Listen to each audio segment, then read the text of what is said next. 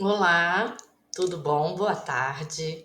Eu me chamo Tatiane, sou bibliotecária da Universidade Federal Fluminense, do campus de Macaé, e hoje nós vamos falar, dentro da primeira semana de comunicação científica, sobre a produção textual, a escrita, né, acadêmica. Vamos falar muito, dar muito nome de projeto, mas é algo mais amplo, é artigo, é trabalho, enfim, vamos começar essa pequena grande apresentação que eu espero que seja bastante útil para quem estiver assistindo.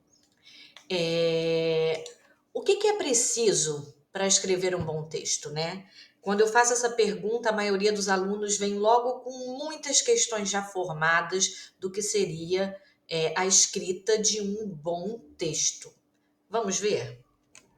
Será que é preciso só escrever corretamente? Usar uma gramática perfeita garante que o texto seja bom, seja bem escrito? Será que esse português super correto garante isso?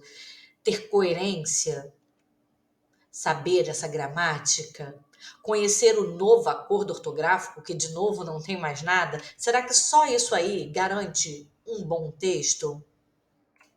Não.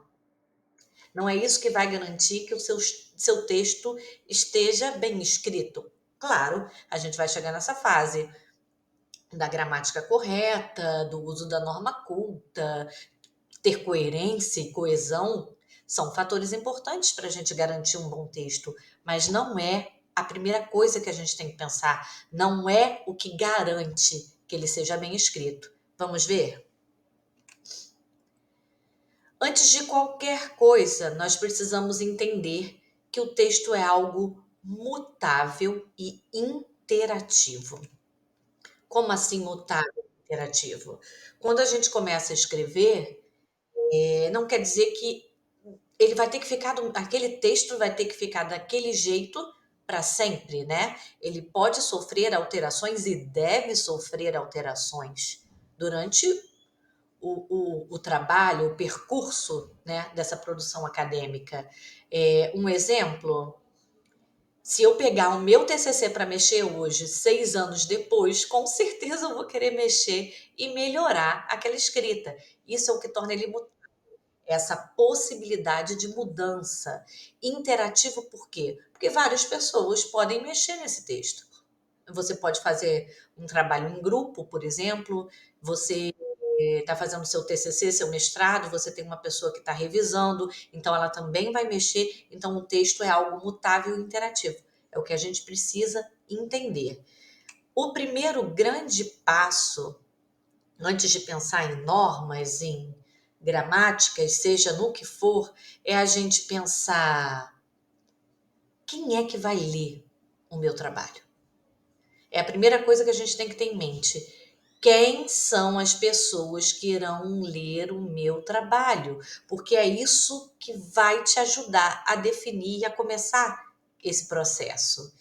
Porque quando a gente entende quem é que está lendo o meu trabalho, a quem ele se destina, a gente vai pensar primeiro em que tipo de linguagem então eu tenho que usar. Se eu estou escrevendo uma carta, um e-mail para um amigo distante, para um parente que eu não vejo há tempo, ou se eu estou falando com pessoas que não são tão próximas a mim, num ambiente mais formal, um ambiente acadêmico. Então, quando eu paro e penso quem vai assistir o meu trabalho, quem vai ler o meu projeto, eu já tenho uma definição quase que automática do tipo de linguagem que eu vou usar. Nós temos dois tipos de discursos, de uma linguagem formal e de uma linguagem informal. Vamos para a linguagem formal, já que a gente está falando de uma escrita acadêmica, né? Eu parei e pensei, bem, eu estou escrevendo um artigo. O meu projeto é um artigo, é um projeto para o meu TCC, é um projeto da minha iniciação científica. Então, opa, eu não tenho uma intimidade, nem devo ter uma intimidade tão grande com quem está lendo para escrever de uma maneira informal. Então, eu já descobri que a linguagem que eu preciso usar é formal. Vamos ver o que ela é. Ela segue rigorosamente as regras gramaticais, com vocabulário rico e vasto. É também chamada de linguagem culta. Deve ser usada em discursos acadêmicos, profissionais, documentos oficiais e sempre que o ambiente exigir. No nosso caso, dentro de uma universidade, está aí a resposta para a escolha da linguagem formal. Mas vamos ver uma diferença entre a informal e a formal? Uma linguagem informal. Não há uma rigorosidade do uso correto das normas gramaticais, né? A gente precisa entender que as normas gramaticais, elas são específicas para o uso da linguagem formal, né? Para facilitar a comunicação entre as pessoas, o entendimento. Então, a linguagem formal, por isso, se cobra um rigor ao utilizar as normas gramaticais. Na informal, há uma liberdade para se usar gírias, palavras abreviadas, regionalismos, enfim, a variedade linguística da língua brasileira pode ser usada na nossa linguagem informal.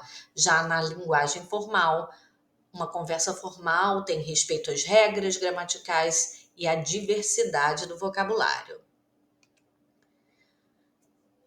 Notem isso. Na informal, a gente possui uma familiaridade com o interlocutor. Na formal, perdão, a gente utiliza mais em entrevistas de emprego, trabalhos acadêmicos ou, mais uma vez, em situações em que são exigidas esse tipo de linguagem no ambiente. Antes de qualquer coisa, o que precisamos entender é que não existe certo e errado. O que nós temos na língua portuguesa é uma extensa variedade linguística. O que falamos no Sudeste não é da mesma forma que se fala no Sul, não é da mesma forma que se fala no Norte e Nordeste do país. Tem erros? Não. São variedades linguísticas. Dependendo da região, depende também de classe social, né, da posição social. Pessoas com menor poder aquisitivo tendem a estar mais distantes de uma linguagem mais formal. O jeito que empregamos o português também difere. Não são erros, são variedades linguísticas. Por isso que a norma padrão existe, para permitir que usemos uma língua só, independente da nossa variedade linguística, de que local estejamos. Aí eu tenho uma nuvem com várias siglas, né, várias abreviações, BFF, PQ, só que não. São palavras, elas estão erradas? Claro que não, né? A comunicação na internet permite isso. Conhecer as principais siglas nos dias de hoje é fundamental para fazer parte desse mundo, né, tecnológico, mundo da internet, mas não quando estamos trabalhando em algo mais específico, como os trabalhos escolares e profissionais. As palavras com abreviaturas que a gente usa muito no WhatsApp ou em e-mails informais, elas servem para flexibilizar a comunicação, né? Permitindo uma aproximação entre as pessoas. Mas qual o cuidado que a gente tem que ter? Entender em que ambiente estamos e quando usá-las ou não. O que precisamos é entender como utilizar cada tipo de linguagem, repetindo.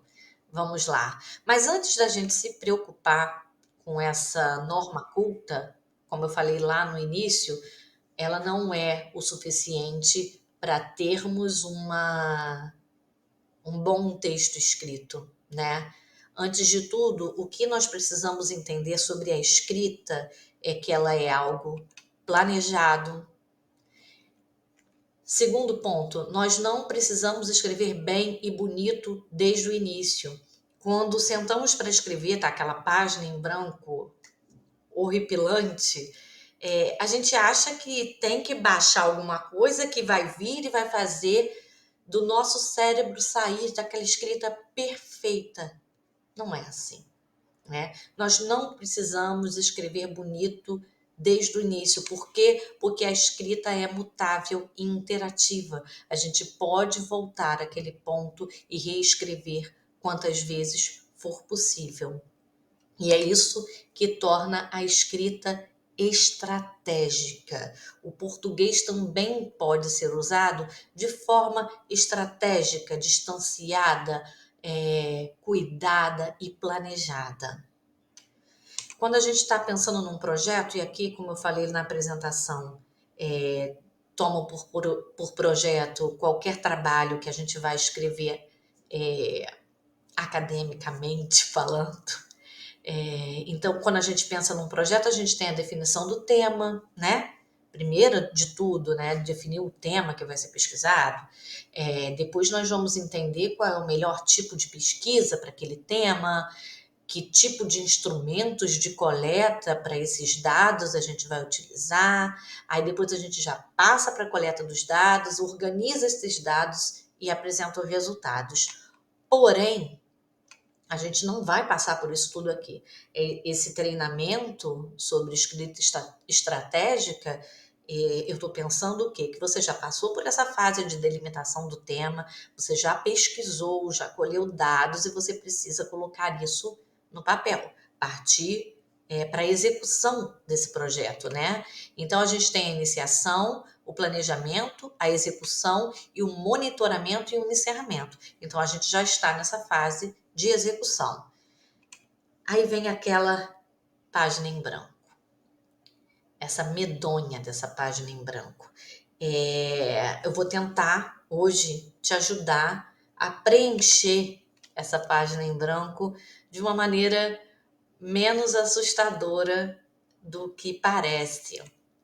Como a gente vai começar? Eu apresento para vocês aqui essa coisa maravilhosa que é o nosso primeiro passo foi pensar nas pessoas que vão ler o nosso projeto, nas pessoas que vão receber o nosso projeto, para decidir que tipo de linguagem usar.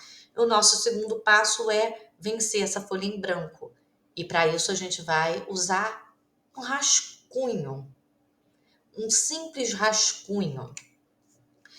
Então a gente pega esse rascunho sem medo, não há espaço aqui para medos de escrita, né? Medos do desvio do português padrão, medo de estar fazendo sentido, de ter coerência, de ter coesão. Não. A gente só quer, nesse rascunho, reunir todas as informações consideradas importantes para o entendimento do trabalho. Então, se eu uso um rascunho, não há regras nesse rascunho, né? Esse rascunho vai apenas me ajudar a ter uma noção do que eu preciso para colocar nesse trabalho, do que eu preciso para fazer ele ser entendido, bem comunicado. Nós temos que aprender, uma das primeiras coisas assim a se pensar, nós temos que aprender a criar e fazer perguntas realmente boas e criativas, porque se a gente consegue responder essas perguntas sobre o projeto, a gente começa a desenvolver melhor a parte escrita dele, seja ele qual for, seja mestrado, doutorado, TCC, um simples artigo acadêmico. Então, eu construí um guia. Esse guia, ele, vamos dizer, é um rascunho para você usar no seu rascunho. Não é que você seja obrigada a responder, talvez você não responda a todas, talvez faltem algumas perguntas para o seu projeto que precisam ser respondidas, mas é só para vocês terem uma base para a gente começar a criar e fazer essa folha em branco ganhar cor, ganhar formas. O que você precisa saber? Quem está recebendo o seu projeto precisa saber quais são os objetivos do seu trabalho. Como surgiu a ideia? Como é que você teve a ideia? Bem, fala-se muito, um exemplo, fala-se muito sobre inclusão, mas fala-se pouco sobre inclusão em bibliotecas escolares. Então, eu decidi, por isso, mexer nesse tema, porque eu descobri que tem pouco material sobre o assunto e eu quero ajudar a contribuir com essa área. Ok. Como surgiu a ideia? Eu trabalho em uma biblioteca escolar e por isso eu tive a ideia por conta da quantidade de alunos que eu tenho com transtornos, por exemplo. Então, quem são os potenciais interessados no seu trabalho? A quem se destina? Por que que o seu trabalho é importante? O que que ele garante para a comunidade, né? O que que ele entrega de importante? Você se inspirou em algum trabalho anterior? De quem? Na atual, no atual momento em que nós estamos vivendo, é difícil nós selecionarmos um tema e não ter alguém que já não tenha falado sobre ele em algum momento nessa vida, né? Pode não ser o seu tema especificamente, mas ele vem de um outro, ou você vai achar algo mais geral.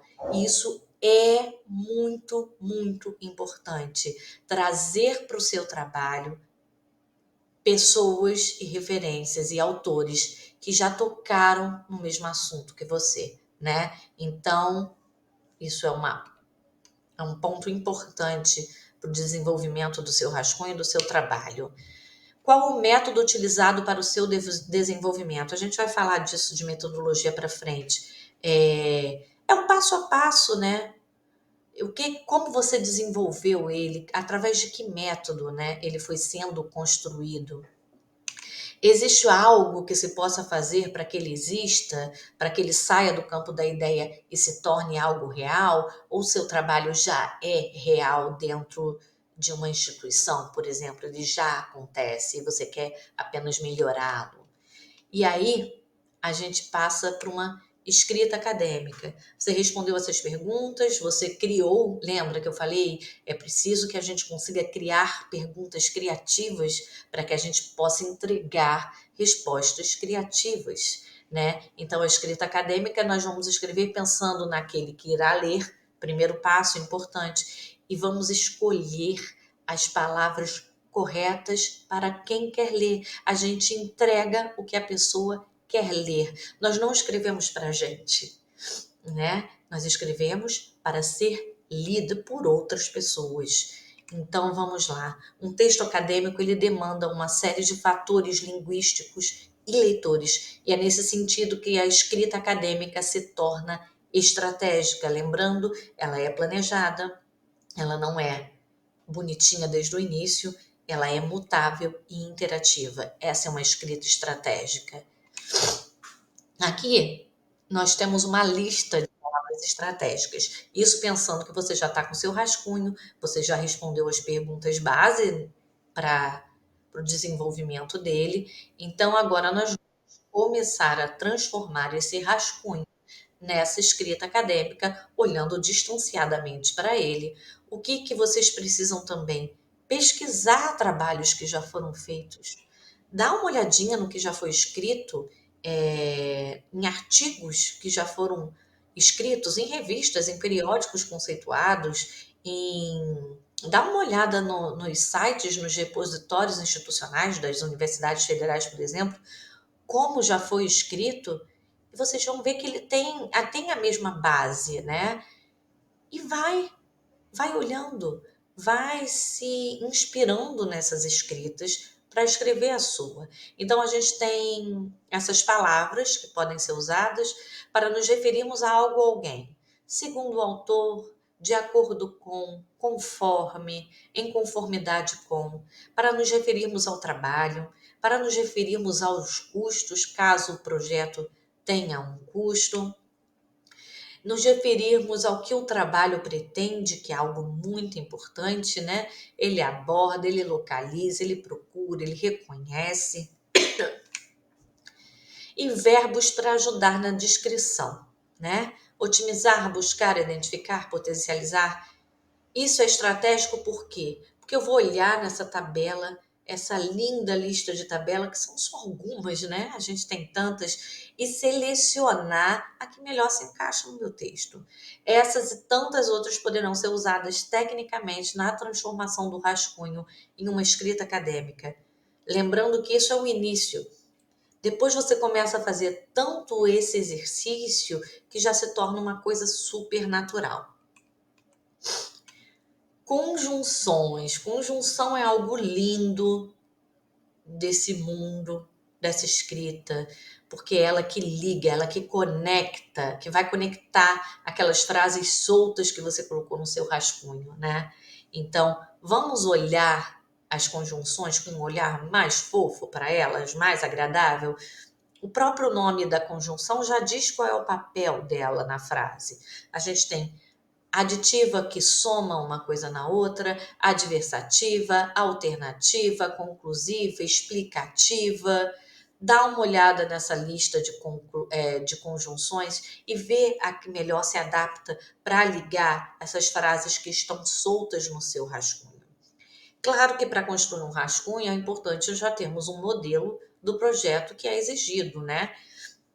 Nós temos a ABNT, Associação Brasileira de Normas Técnicas, que tem, né, uma série de normas para a construção de trabalhos acadêmicos, mas algumas instituições têm o seu próprio modelo, certo? Então é importante que a gente já saiba se essa instituição, se esse periódico, qual é o modelo utilizado por ele para a gente poder seguir, né? Eu estou contando aqui com um modelo básico da BNT para isso, que é capa, folha de rosto, sumário, objetivo, justificativa, metodologia, conclusão e referências. Eu destaquei esses tópicos aí porque a gente vai falar um pouquinho sobre eles agora. Objetivos. O objetivo é qual é o seu alvo? Em que lugar você quer chegar com esse trabalho, né? Qual é o propósito dele? Aqui você vai esclarecer o que você pretende com o projeto e indicar quais as metas que você deseja alcançar. Os objetivos são divididos em gerais e específicos. Dá uma olhadinha. Aqui a gente tem um exemplo de objetivo geral, um exemplo de objetivo específico. Objetivo geral é obrigatório? Sim. Objetivo específico não é algo obrigatório. Você pode ter um trabalho só com um objetivo geral, certo? Agora você não pode ter um trabalho só com objetivos específicos. O objetivo específico, eu diria que ele é dependente do objetivo geral. Ele não está sozinho, ele não consegue ficar sozinho no seu trabalho. Ele precisa do objetivo geral apresentando ele, certo? Então, você colocou objetivos específicos, você obrigatoriamente tem que colocar um objetivo geral. Agora dá uma olhadinha. Objetivo geral. Verificar se existe relação entre o aumento do acesso à internet com a diminuição do uso da televisão na região sudeste do Brasil. Esse é um objetivo geral. Agora, olha o objetivo específico desse mesmo objetivo geral. Analisar o aumento do acesso, analisar o número de televisores, verificar o uso da televisão nos lares, comparar o padrão. Ele é o quê? Ele pega o objetivo geral e dá uma esmiuçada em cada parte dele, colocando cada etapa desse objetivo. Lembrando, objetivo geral pode ficar sozinho, objetivo específico não fica sozinho, precisa do geral junto. Justificativa, né? Aqui você vai procurar pensar em como convencer a pessoa que está lendo que o seu trabalho é importante e deve ser divulgado. Seu trabalho vale a pena ser divulgado? Né? É a explicação dessa importância do teu trabalho. É a fase, a parte em que você fundamenta as motivações que o levou a realizar esse trabalho. Referencial teórico. Olha, é tão importante. E a gente vai falar sobre pesquisa durante essa primeira semana da comunicação científica. Métodos de pesquisa também. O referencial teórico, a sua pesquisa, é a fundamentação e a validação da sua pesquisa. O referencial teórico apresenta as referências usadas na construção desse trabalho. Lembra que eu falei que dificilmente aquilo que você está tratando será inédito, completamente inédito? Nada. Nada foi feito? Dificilmente, né? Então, quem foram as outras pessoas que já falaram sobre o seu tema? Quem são os seus referenciais teóricos? Você tem que levar, trazer, melhor falando, trazer para o seu trabalho, sua escrita, dê nome a eles, né? E é isso. Vamos para a metodologia. O passo a passo na construção do projeto. Olha aí, mais 4 perguntinhas para a gente resolver. Como foi feito? Onde foi feito? Quanto custou? Se custou alguma coisa? E foi feito como? Com o quê? O que você precisou? É o passo a passo. Primeiro eu levantei, fiz um levantamento teórico, depois eu descobri isso, depois eu descobri aquilo. É o passo a passo da sua pesquisa até a entrega desse material escrito. Conclusão. As pessoas têm uma dificuldade muito grande de fazer a conclusão, e eu vou te dizer que é a parte mais tranquila, porque como você já fez todo o trabalho, você vai retirar um pouquinho de cada sessão, cada item e trazer para sua conclusão. Então, olha lá, ele é basicamente um grande resumo e os resultados da sua pesquisa. Devemos retornar, a gente retoma o assunto principal, apresenta os resultados, as considerações finais e as respostas para o problema apresentado na introdução. Aqui a gente falou sobre objetivo, justificativa.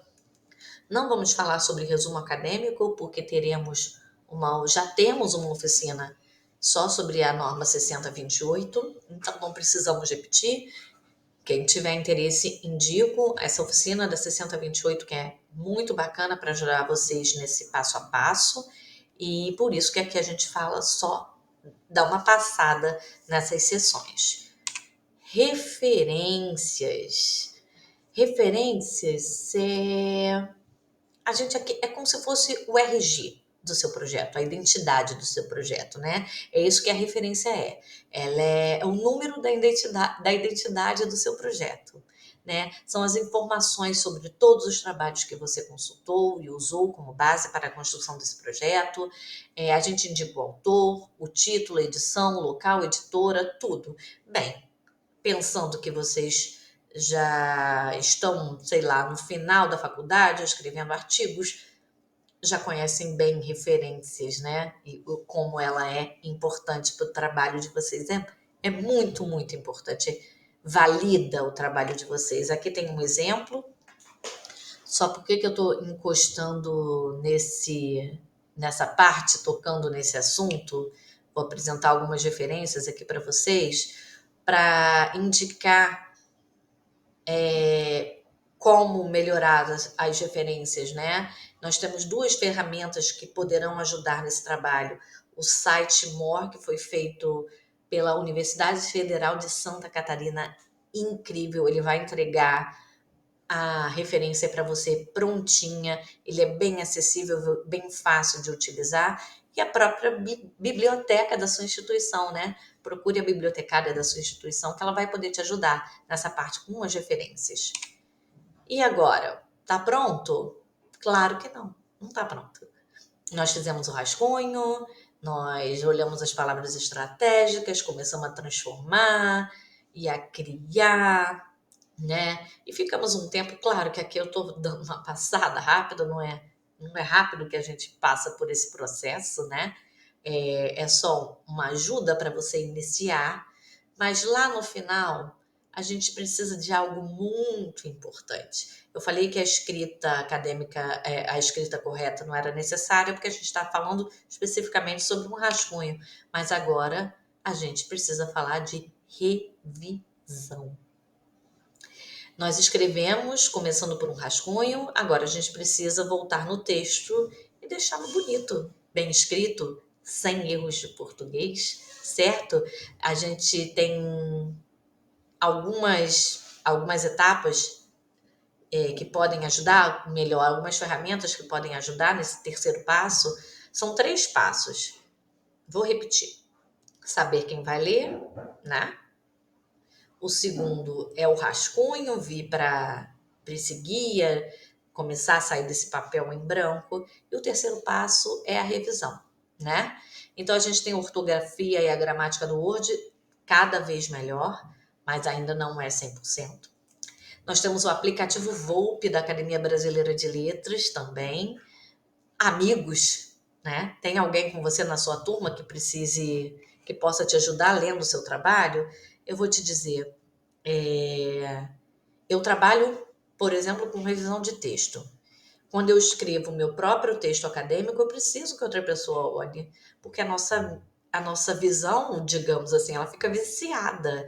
Ela não vê erros, às vezes, muito, muito grosseiros, assim, que passam despercebidos. Então, quem sabe um amigo pode te ajudar. E, mais uma vez, a biblioteca da sua unidade. Nós precisamos ter cuidado nessa revisão, dar uma olhadinha, com as palavras que são muito repetidas no texto. Às vezes a gente pega um parágrafo e a repetição de palavras é algo marcante, né? Então, sinônimos. Podemos procurar palavras que tenham o mesmo significado daquela que está sendo muito repetida. E na própria internet a gente consegue isso. Tem um site maravilhoso chamado sinônimos.com.br para tudo. Tá repetindo muito a conjunção assim como. Tô repetindo muito entanto, no entanto. Coloca aqui e vê o que o site pode te dar como uma palavra que se encaixa ali perfeitamente e você pare de repetir tanto. Para toda e qualquer palavra da língua portuguesa, esse site pode te ajudar. Agora, uma última dica, a gente já está no último slide da nossa apresentação, pronominalização. Esse palavrão aí pode te ajudar. Olha essa repetição, olha. Luísa pegou o texto para ler, enquanto eu o lerei mais tarde. Né? Eu uso um pronome no lugar do substantivo. O que poderia estar no texto? Assim. Luísa pegou o texto para ler, enquanto eu lerei o texto mais tarde. Tem necessidade de repetir essa palavra texto? Não. Usa um pronome no lugar. Mais uma dica. Agora sim, terminamos.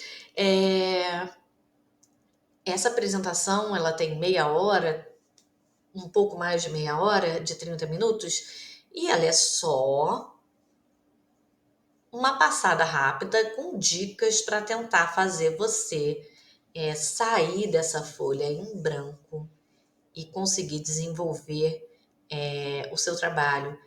Você pode desenvolver a sua própria estratégia de escrita, sua estratégia de busca, estratégia de pesquisa, ver o que melhor se adequa ao seu tipo de estudo, a você como estudante, né? Essas foram as referências utilizadas na construção desse trabalho. A Biblioteca de Macaé agradece e até mais.